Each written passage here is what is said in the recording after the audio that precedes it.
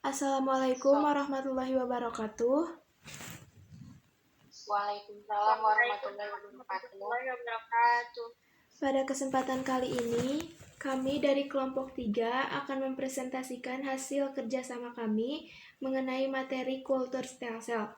Sebelumnya, kami akan memperkenalkan diri masing-masing. Berawal dari saya, perkenalkan nama saya Nawal Nur Haifa.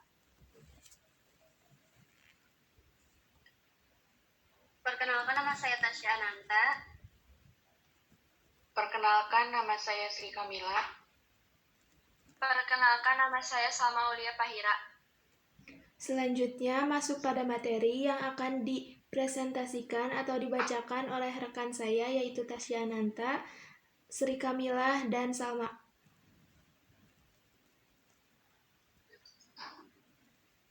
Kultur stem cell.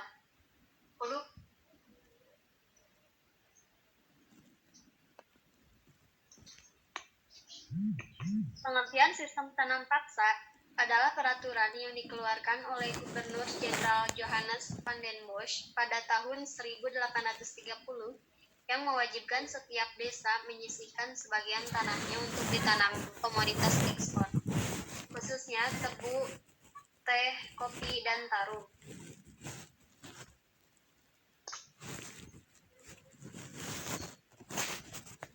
Latar belakang tanam paksa. Latar belakang lahirnya kebijakan ini, kala itu Belanda mengalami defisit keuangan yang disebabkan besarnya biaya perang. Di abad ke-19, Belanda harus menghadapi Perang Padri, Perang Diponegoro, dan Perang melawan Belgia.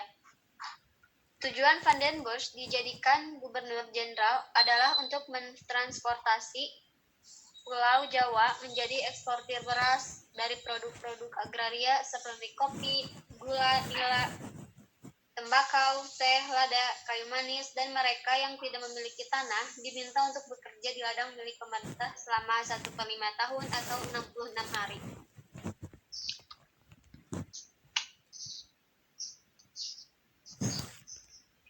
Aturan tanam paksa. 1. Melalui persetujuan, penduduk menyediakan sebagian tanahnya untuk penanaman tanaman perdagangan yang dapat dijual di pasaran Eropa. 2. Tanah yang disediakan untuk penanaman perdagangan tidak boleh melebihi 1/5 dari tanah pertanian yang dimiliki penduduk desa. 3. Pekerjaan yang diperlukan untuk menanam tanaman tidak boleh melebihi pekerjaan yang dibutuhkan untuk menanam padi. 4. Bagi tanah yang ditanami tanaman, dibebaskan dari pajak tanah. 5. Apabila nilai hasil tanaman melebihi pajak tanah yang harus dibayar, maka selisih positifnya harus diberikan kepada rakyat.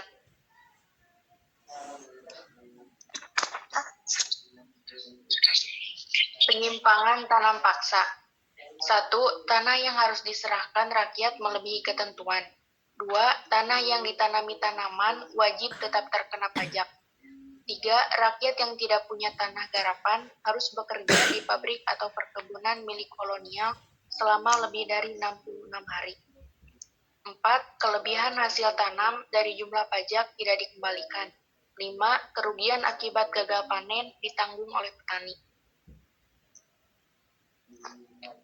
Kultur prosenten atau persenan tanaman adalah sistem pemberian hadiah oleh pemerintah kolonial kepada kepala pelaksana tanam paksa atau penguasa lokal dan kepala desa di daerah yang mampu menyerahkan hasil panen melebihi ketentuan.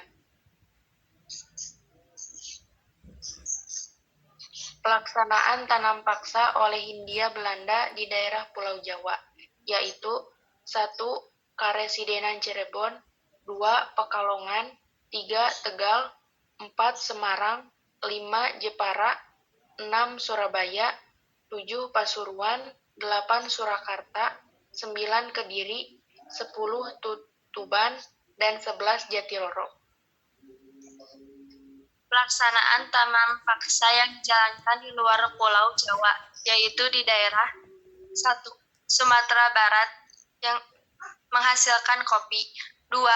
Minahasa menghasilkan kopi dan kelapa, 3. Minangkabau menghasilkan kopi, 4. Lampung menghasilkan lada, 5. Palembang menghasilkan lada. 6. Ambon menghasilkan cengkeh. Dan 7. Banda Aceh menghasilkan pala. Dampak tanam paksa. Bidang pertanian. 1. Penanaman tanaman komoditas di Hindia Belanda menjadi lebih masif dan luas, di antaranya kopi, teh, tebu, dan lain-lain. 2. Meningkatkan kesadaran pemerintah kolonial untuk meningkatkan produksi beras. Bidang sosial. 1. Terjadinya homogenitas sosial dan ekonomi yang berprinsip pada pemerataan dalam pembagian tanah. 2. Timbulnya kerja rodi, yakni kerja paksa bagi penduduk tanpa upah yang layak. Bidang ekonomi. 1. Pekerjaan mulai mengenal sistem upah. Sebelumnya, mereka lebih mengutamakan sistem kerjasama dan gotong royong. 2. Terjadinya menyewa tanah milik penduduk dengan pemerintah kolonial secara paksa. Tokoh penentang tanam paksa. Golongan yang menentang tanam paksa di Indonesia atas golongan bawah yang merasa iba mendengar keadaan petani yang menderita akibat tanam paksa. Mereka menghendaki agar tanam paksa dihapuskan berdasarkan pri kemanusiaan. Kebanyakan dari mereka diilhami oleh ajaran agama.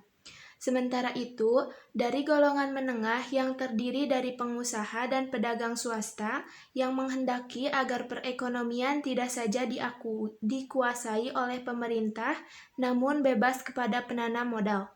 Tokoh Belanda yang menentang pelaksanaan sistem tanam paksa di Indonesia antara lain sebagai berikut. 1. Edward Douwes Dekker pada tahun 1820 sampai 1887. Edward Douwes Dekker atau Multatuli sebelumnya adalah seorang residen di Lebak atau Serang, Jawa Barat. Ia sangat sedih menyaksikan betapa buruknya nasib bangsa Indonesia akibat sistem tanam paksa dan berusaha membelanya. Ia mengarang sebuah buku yang berjudul Max Havelaar atau Lelang Kopi Perdagangan Belanda dan terbit pada tahun 1860. Dalam buku tersebut, ia melukiskan penderitaan rakyat di Indonesia akibat pelaksanaan tanam paksa.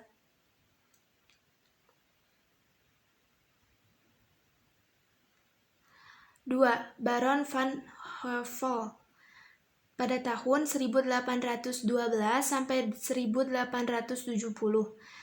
Selama tinggal di Indonesia, Baron van Hövell menyaksikan penderitaan bangsa Indonesia akibat sistem tanam paksa. Baron van Hövell bersama Fransen van der Putte menentang sistem tanam paksa. Kedua tokoh itu berjuang keras menghapuskan sistem tanam paksa melalui parlemen Belanda.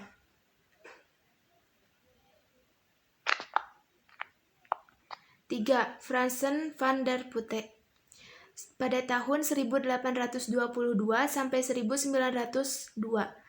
Fransen van der Putte yang menulis Sulkerkontrakten sebagai bentuk protes terhadap kegiatan tanam paksa. Akhir tanam paksa.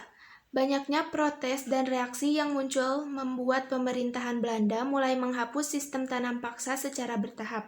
Kultur stelsel resmi dihapuskan sejak 1870 berdasarkan UU Agraria atau UU Landarbom.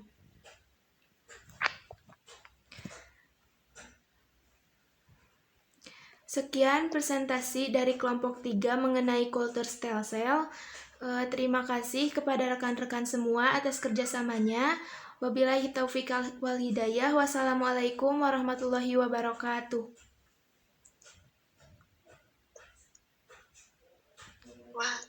Waalaikumsalam warahmatullahi wabarakatuh.